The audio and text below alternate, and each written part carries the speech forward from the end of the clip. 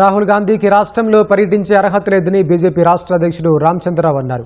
కాంగ్రెస్ ప్రభుత్వం వచ్చి 2.5 ఏళ్లైనా 6 గ్యారెంటీలు ఇంకా ఎందుకు అమలు చేయలేదని ప్రశ్నించారు. అన్ని వర్గాల ప్రజలను మోసం చేశారన్న రామచంద్రరావు ఎలా రాహుల్ గాంధీ తెలంగాణకు వచ్చారన్నారు.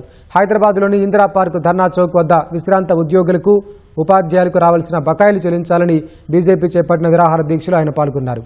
ప్రభుత్వం మారినా కూడా రాష్ట్రంలో ఇంకా మార్పు జరగలేదన్నారు.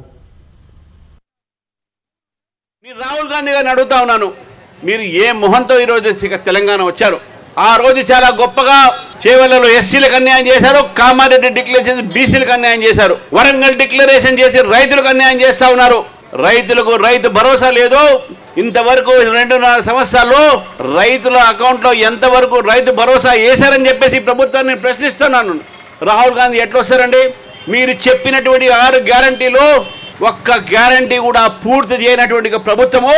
రాహుల్ గాంధీ గారు మీ ముఖ్యమంత్రి ఇక్కడ మాట తప్పాడు కాబట్టి మీరు ఇక్కడ ఎట్లా వస్తారని చెప్పి అడుగుతా ఉన్నాను. మీకు ఏమి నైతిక అధికారం ఉంది? రాహుల్ గాంధీ గారికి నైతిక అధికారం తెలంగాణ రావడానికి లేదు.